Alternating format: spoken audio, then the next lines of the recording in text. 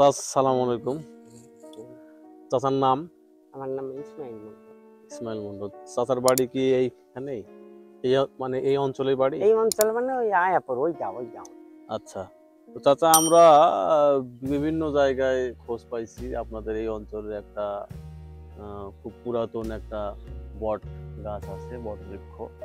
তো আমরা আসছি এই বট গাছটা দেখার জন্য এবং এখান থেকে কিছু ভিডিও ডকুমেন্টারি আমরা করব। তো এই গাছটার আনুমানিক বয়স কত হতে পারে? মেলা বয়স বা আমার বয়স প্রায় 75 বছর, কিন্তু আমার বাপেরাও বলে পারে না যে গাছের বয়স কত।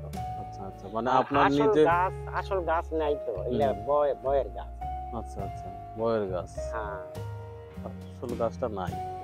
আচ্ছা চাচা, এই যে গাছটা যে জায়গাটার উপর আছে, গোল গোল যে জায়গাটা, এই জায়গাটা তো মনে হয় খাস জায়গা, কোনো ব্যক্তি মালিকানাধীন তো না। আবার ওই দিকে এইটাও ডাক্তার পত্তন হয়েছে খাস, এই বাতা এটা পত্তন হয়েছে।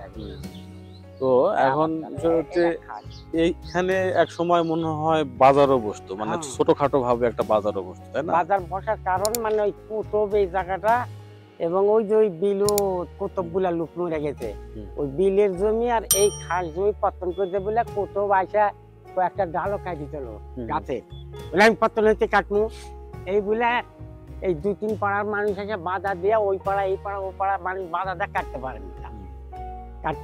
তখন থেকে বাজার লাগায়, দিন কতক বাজারে লাগিয়ে হয়।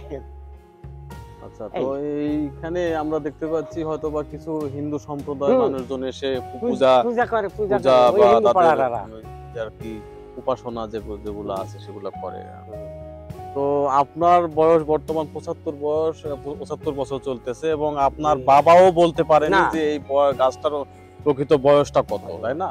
মানে আসল গাছ নাই তো, বয়ের গাছ।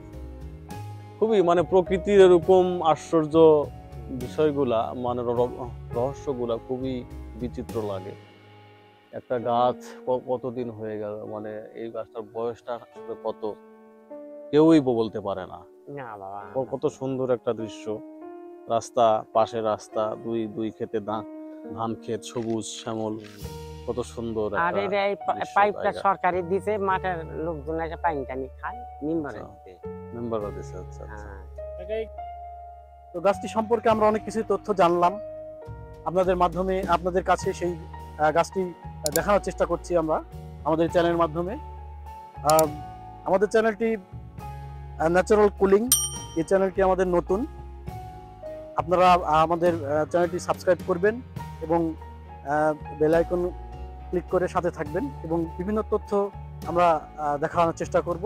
আমরা এই চ্যানেলের মাধ্যমে আপনাদেরকে দেখাবো ইনশাআল্লাহ। ধন্যবাদ সবাইকে।